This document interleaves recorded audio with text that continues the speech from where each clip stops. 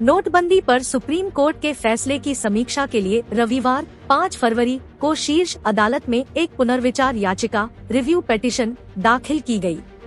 मोदी सरकार ने 2016 में देश में नोटबंदी का फैसला लिया था, जिसके बाद 1000 और 500 रुपए के पुराने नोट चलन से बाहर हो गए। विपक्षी दल शुरू से नोटबंदी के फैसले पर बीजेपी नीति केंद्र सरकार को घेरते आए हैं।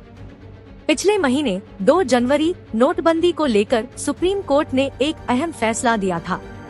शीर्ष अदालत की 5 सदस्यीय संविधान पीठ ने उस दिन 4:01 के बहुमत से फैसला सुनाया था। शीर्ष अदालत के बहुमत के फैसले में कहा गया था कि 1000 और 500 रुपए के नोट को चलन से बाहर करने की सरकार की प्रक्रिया त्रुटिपूर्ण नहीं थी और न ही फैसले को जल्दबाजी में लिया गया था।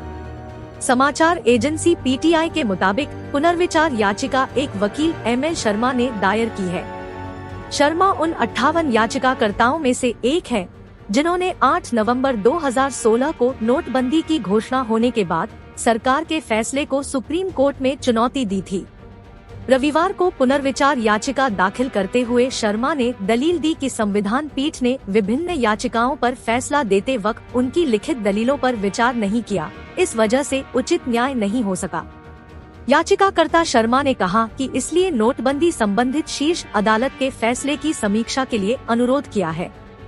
न्यायमूर्ति एस.ए. नजीर की अध्यक्षता वाली 5 सदस्यीय संविधान पीठ ने कहा था कि आर्थिक नीति के मामलों में बहुत संयम होना चाहिए और अदालत सरकार की वैसी किसी भी राय में हस्तक्षेप नहीं करेगी अगर वह प्रासंगिक तथ्यों और परिस्थितियों पर या विशेषज्ञों की सलाह पर आधारित हो। न्यायमूर्ति बीवी नागरत्ना ने हालांकि असहमति का फैसला दिया था और कहा था कि 500 रुपए और 1000 रुपए के नोट को चलन से बाहर करना गैर कानूनी था।